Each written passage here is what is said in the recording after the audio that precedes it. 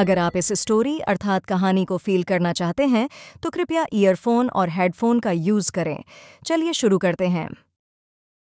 यह पाठ नए की जन्म कुंडली गजानन माधव मुक्तिबोध द्वारा लिखा गया है।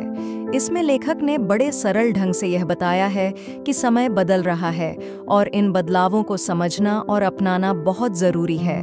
आज का समाज अपनी पुरानी परंपराओं से बंधा हुआ है। लोग नए विचारों की बात तो करते हैं, लेकिन जब उन्हें अपनाने का समय आता है तो पीछे हट जाते हैं। मुक्तिबोध जी का कहना है कि सच्चा नया वही है जो वैज्ञानिक दृष्टि से परखा गया हो, जो वास्तविक जीवन में काम आए।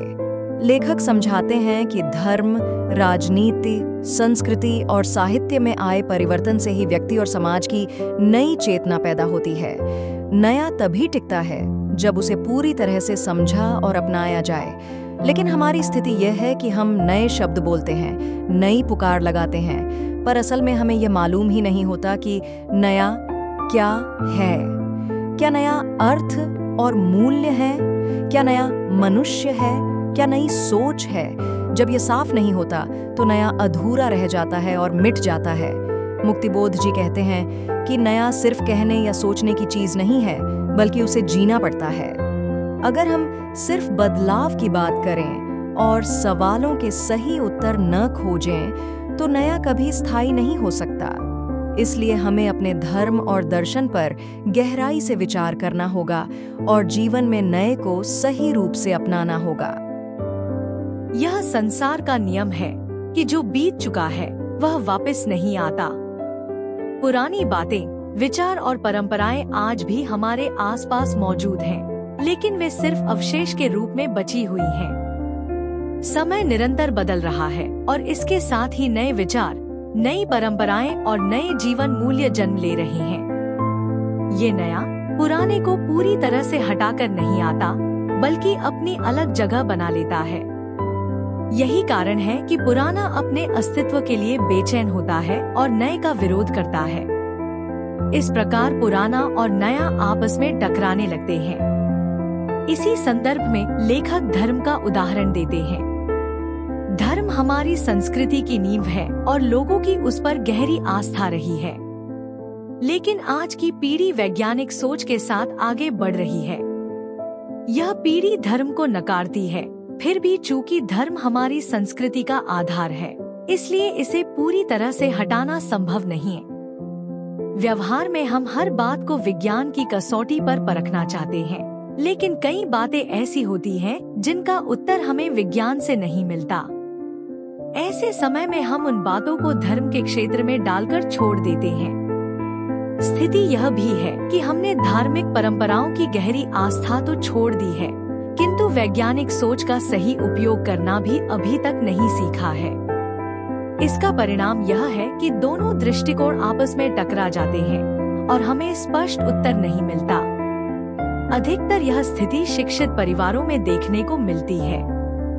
लेखक के अनुसार आज की युवा पीढ़ी के स्वभाव में स्पष्ट अंतर दिखाई देता है। जब वे घर के बाहर होते हैं तो साहित्य, राजनीति और समाज से जुड़ी बातों पर बहुत सोचते और चर्चा करते हैं। लेकिन वही युवा जब घर के भीतर आते हैं तो उनका व्यवहार बदल जाता है। बाहर वे पूंजीपतियों और शासन के खिलाफ विद्रोह की आवाज बुलंद करते हैं, लेकिन अपने घर और परिवार से जुड़े सवालों पर चुप्पी साध लेते हैं। समाज से जुड़े मुद्दों पर वे खुलकर बात नहीं कर पाते। लेखक का मानना है कि राजनीति भी समाज सुधार का कोई ठोस कार्यक्रम नहीं बनाती। वास्तव में राजनीति अक्सर केवल अपने स्वार्थों की पूर्ति के लिए ही की जाती है। इसी वजह से राजनीति ने समाज को विकास के स्थान पर मतभेद, अशांति और संघर्ष ही अधिक दिए हैं। जातिवाद और आरक्षण जैसे मुद्दों को भी राजनीति ने ही बढ़ावा दिया है।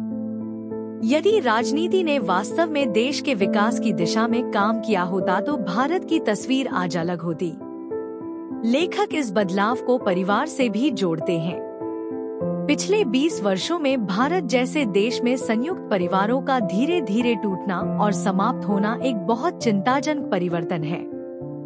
संयुक्त परिवार केवल एक साथ रहने का तरीका नहीं है, बल्कि यह मनुष्य के लिए शिक्षा, संस्कार, चरित्र और व्यक्तित्व विकास का सबसे पहला और सबसे मजबूत आधार होता है।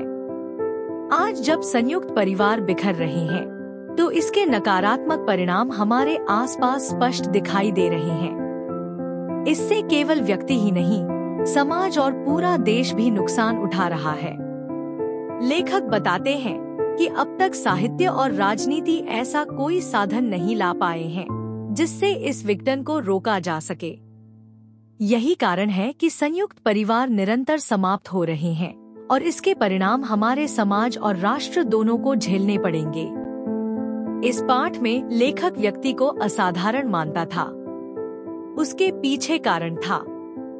उसके अनुसार जो व्यक्ति अपने एक विचार या कार्य के लिए स्वयं को और अपनों को त्याग सकता है, वह असामान्य व्यक्ति है।